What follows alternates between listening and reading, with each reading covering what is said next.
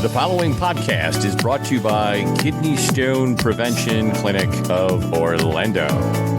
Dr. Paul, welcome back to the podcast. As usual, it's very good to see you. Thanks, Will. It's always great to see you as well.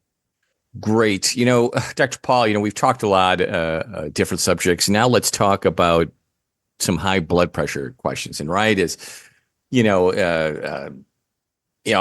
what else other than kidney stones do you commonly treat? And that would be? Yeah, high blood pressure. High blood pressure. That's correct. So interesting, for us lay folks, most of us think that, if you have high blood pressure, who would treat it is maybe, most interestingly, the cardiologist or maybe even your primary care doctor.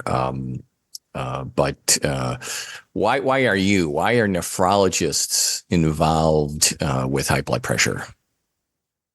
So great question. But yeah, so usually we'll get referrals from family doctors when the patient's blood pressure is difficult to control.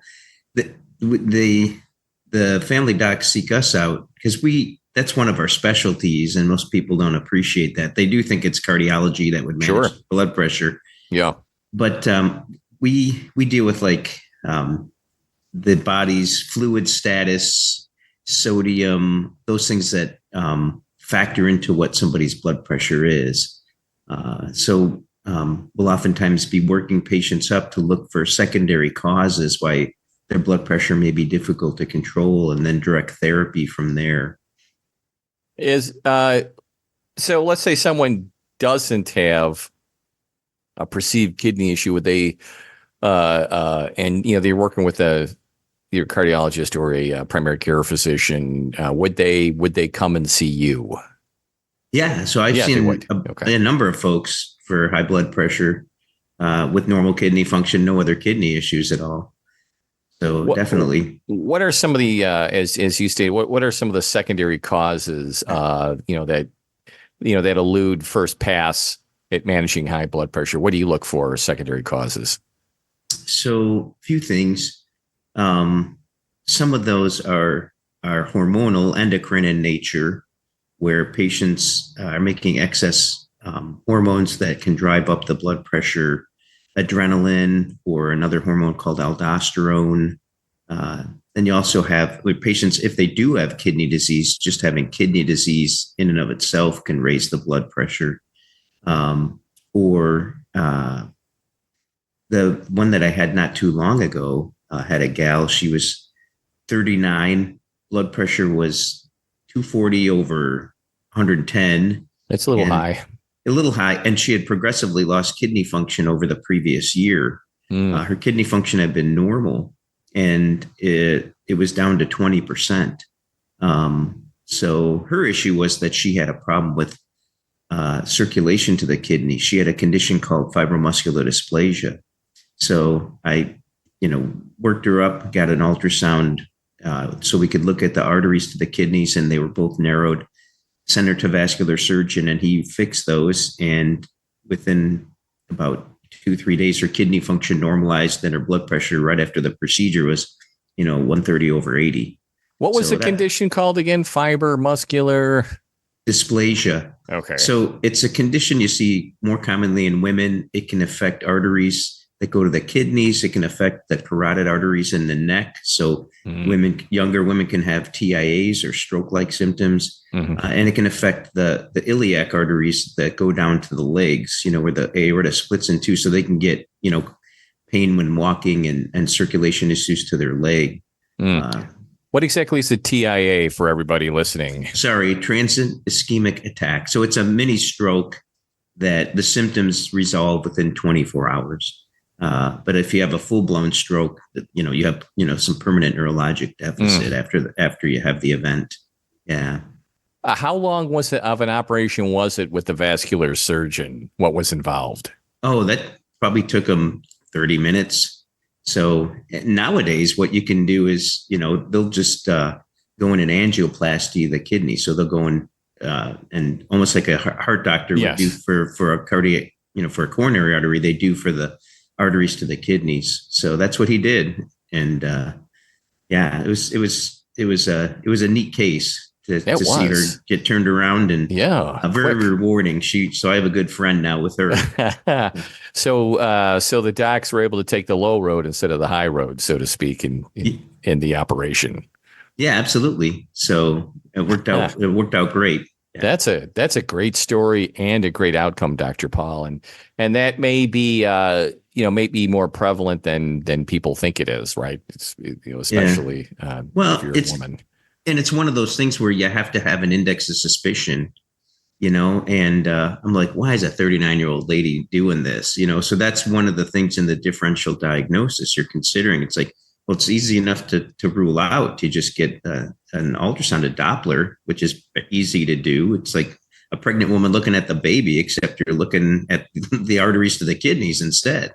And then it's relatively easy to treat because you just have somebody go in and repair those arteries. So that's what he did for me. Did a great job, and she's a lot better.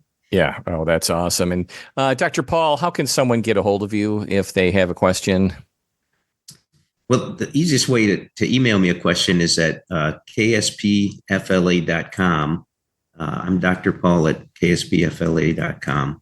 And the KSP stands for Kidney Stone Prevention. Yes. FLA, Florida. Yeah. Yes. So, right now, Dr. Paul has a license to practice in Florida. If with possibility with expanding, but right now it's Florida. So for treatment, one would have to live in the state of Florida to work with Dr. Paul. Okay, Dr. Paul. So we're getting back to high blood pressure here. What problems can patients run into, with high blood pressure that isn't controlled? What can happen? Yeah. So if the blood pressure isn't controlled, that's what we call it, the silent killer. And it can affect, like I said, to give you stroke, real common cause of stroke back in the day. It can cause heart failure because your heart's a muscle. So if it's having to pump against a high blood pressure, it's almost like having to lift a heavy weight all the time. Yeah. The muscle gets thick, and then because it'll try to grow to fight against the high blood pressure, and then eventually it'll fail. And then kidney failure.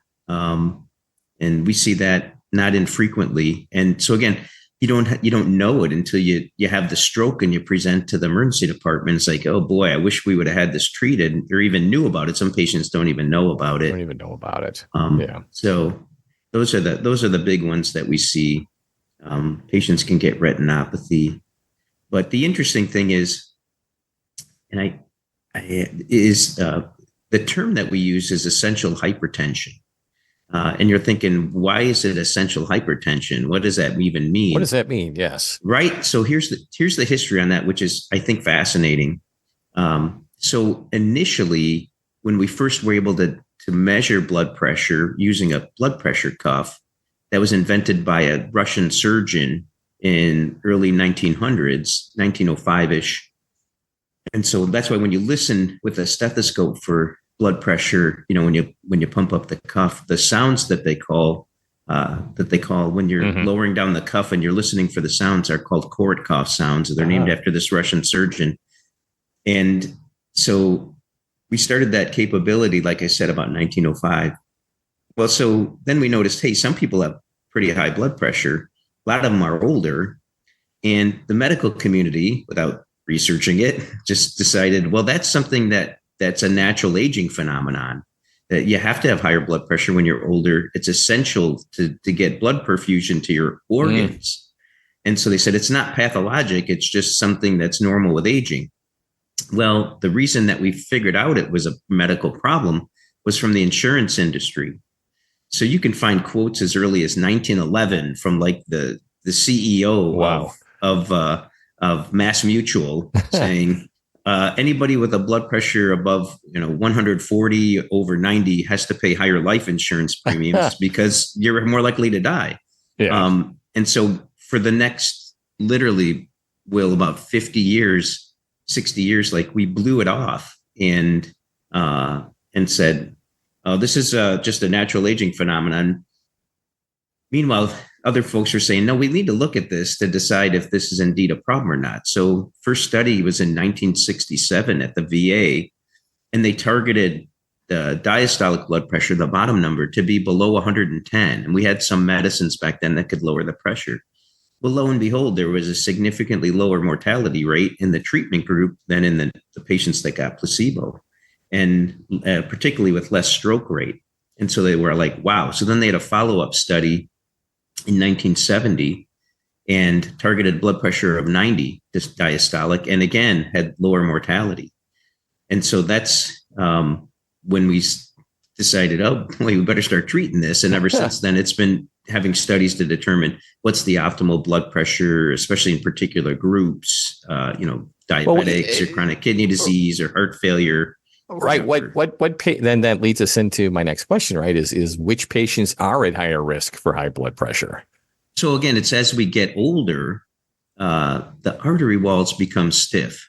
So by the time somebody's, and this is from Joint National Commission of the Detection and Treatment of High Blood Pressure, the JNC, it's called.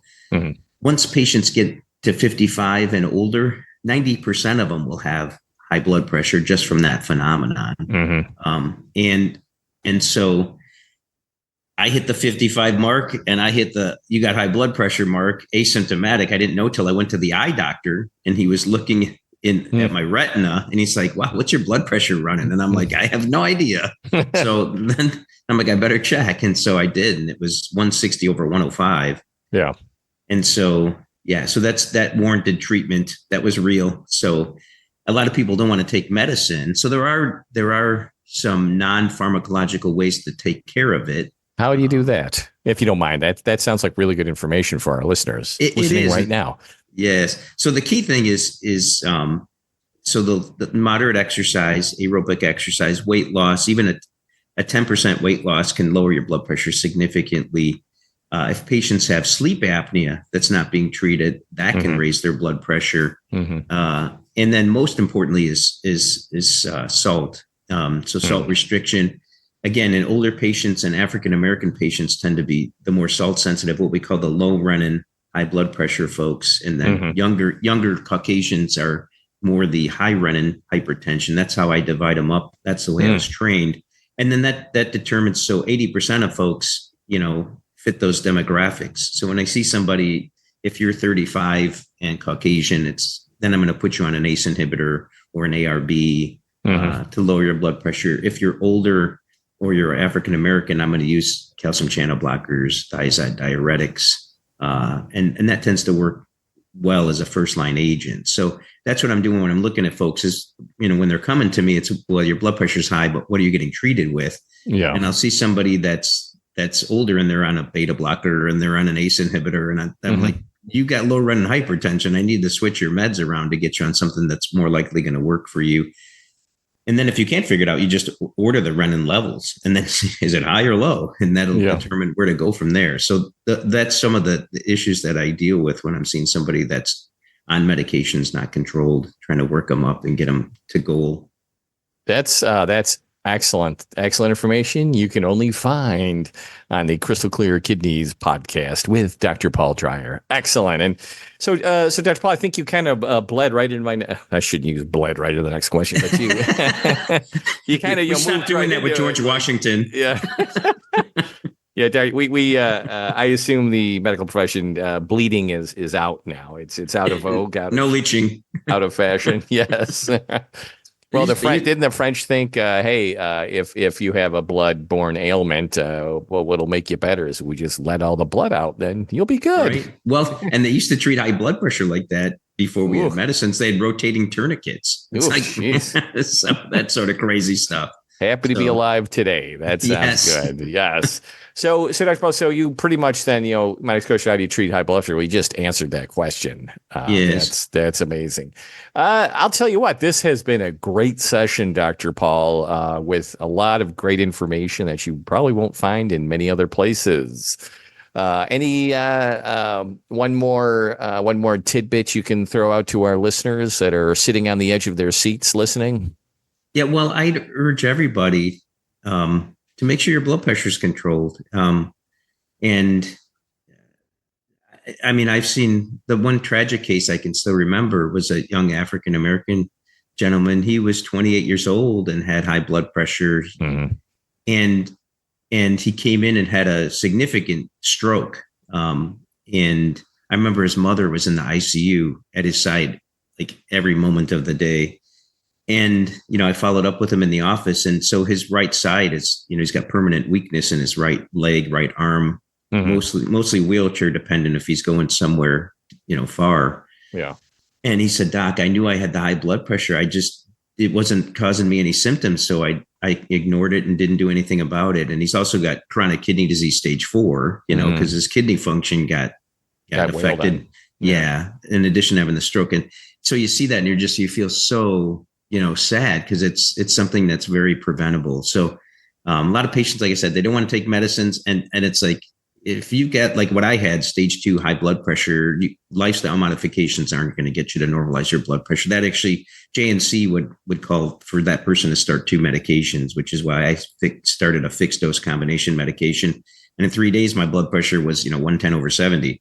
So that's a pretty quick turnaround. So that's good news. So it's very no treatable. Symptoms. Absolutely. Yeah. Absolutely. Yeah. With the right meds. So it's tragic when you see somebody that hasn't been, treated for one reason or another, and then they have a bad outcome. Yeah.